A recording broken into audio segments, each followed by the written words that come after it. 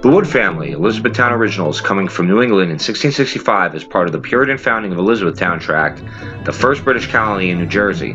After the Second Dutch-Anglo War of 1665 to 1667, the colony began to take root, finalizing after the Third Dutch-Anglo War from 1672 till early 1674, in which the Dutch ruled the area for a brief time. Through this period, Jonas Wood, the patriarch of the Wood family, farmed an area of Elizabethtown charter that would become known as the Wheatsheaf neighborhood, a rural section of Elizabethtown between Elizabeth Center and Rahway neighborhood. This is what we call Linden and Roselle today. The house Jonas's great-grandson constructed still exists on Wood Avenue today. The reason our main street is named Wood Ave goes far beyond Raymond Wood Bower. Built in 1770, it is the only structure from this period that has continually been inhabited. This, in our opinion, makes it extraordinary and historic alone. Yet the Wood House is not recognized by Union County or the state as a historical building.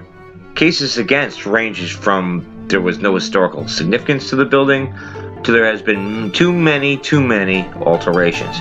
However, the alterations that have made this structure, which is still recognized as a Georgian-style farmhouse, have only allowed it to be inhabited continually into the 21st century. This is merely a testament to John Wood II's construction ability and truly historic. Our next point of critique to the lack of designation is the perceived lack of historical significance in the 1700s period. The land that it was built on was owned by the Woods since the founding of Elizabethtown, ergo the New Jersey colony. John Wood II, who built the current structure, was a patriot serving us rebels in the War for Independence. As the most stagnant line during the War for Independence was the Arthur Kill, the troop movements from both sides routinely engaged over the land that would become Linden Township, then the city of Linden and borough of Roselle. This homestead of a known patriot could have at any time been subject to reprisal by the British Crown. Luckily for the pride of the city of Linden, not unlike the Clark abode of Roselle, during the conflict, it was preserved. The original Clark abode did burn down at the turn of the 20th century, but the Wood abode still survives. Is this not worthy of historic designation? I, Philip Szabo, am in debate with local historian Don Golemme whether John II or John III was the patriot that served. Regardless of this, it has no bearing on the fact that this was a house of a patriot, seeing that if it was John II's son instead of him that served under Lieutenant John Kenny in 1778, Lieutenant Francis Barber in 1779, or Captain Nathaniel Bowman as part of the 3rd Regiment of New Jersey commanded by Elias Dayton, John Wood III was raised in this still utilized home, beginning his service at 17. Don has provided plenty of evidence to support that the patriot was none other than John Wood II.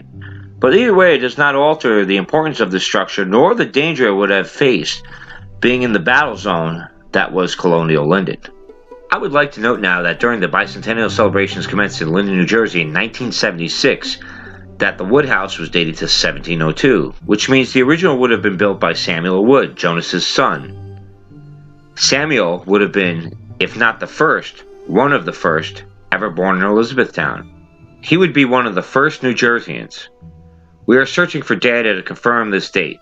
If found, it would most pragmatically mean that Samuel Wood's structure would have burnt down from a kitchen fire or destroyed by natural causes, as that was quite a common occurrence in those days, as well as today.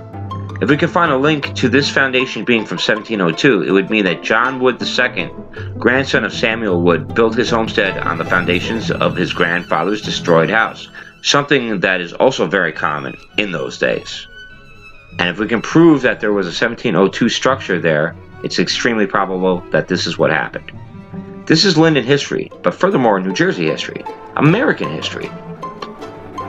If you'd like to help, contact me at zabothebutcher@gmail.com and help me help us save our history.